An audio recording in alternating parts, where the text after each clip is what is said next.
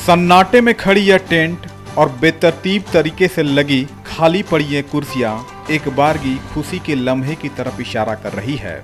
शायद कोई फंक्शन होने वाला है जिसके लिए टेंट बनकर तैयार हुआ है और बैठने के लिए कुर्सियां लगाई जानी है।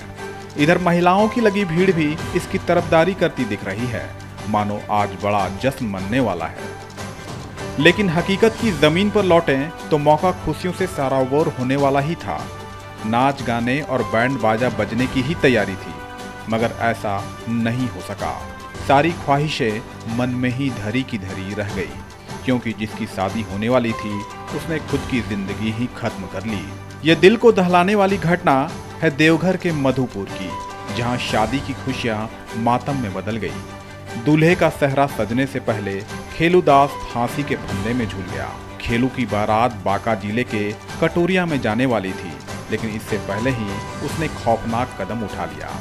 बताया जाता है कि घर में शादी को लेकर तमाम लोग खुश थे।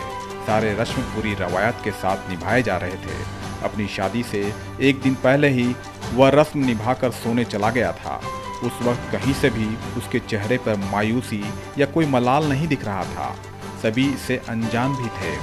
लेकिन अगली सुबह जब खेलू के कमरे का दरवाजा देर तक नहीं खुला तो भी लोग चिंतित नहीं दिखे, मगर घर वालों ने खिड़की से झांका तो उनकी सांसें थम गई और चीखें निकल गई, क्योंकि खेलू फंदे से झूलता हुआ नजर आ रहा था। इस नज़ारे को देखते ही रोना धोना और चीख पुकार मच गई। ये घटना तेजी से आसपास के इलाके में फैल गई और जितनी मुंह उतनी बात लोग करने लगे। ऐसा कहा जा रहा है कि वह किसी से किसी बात को लेकर नाराज था। आखिर नाराजगी क्या थी, अभी तक इसका खुलासा नहीं हो सका है। मौत की वजह साफ नहीं हो सकी है। फिलहाल मधुपुर पुलिस पूरे मामले की तफ्तीश में जुटकर आत्महत्या की असली वजह क्या थी वह ढूंढ रही है। खेलूदास ने जो किया वह तो किसी भी तरीके से सही नहीं कहा जा सकता। अपनी बेशकीमती जिंदगी और दूसरी जिंदगी शुरू करने से पहले ही खत्म कर ली। ये कदम कहीं से भी जायज नहीं था। अगर कोई बात हो भी गई तो आपस में साझा कर सुलझाना चाहिए था। जिंदगी से ही रुखसत हो जाना समस्या का समाधान नहीं है, बल्कि सबसे बड़ा अपराध है। देवघर से ऋतुराज सिन्हा की रिपोर्ट।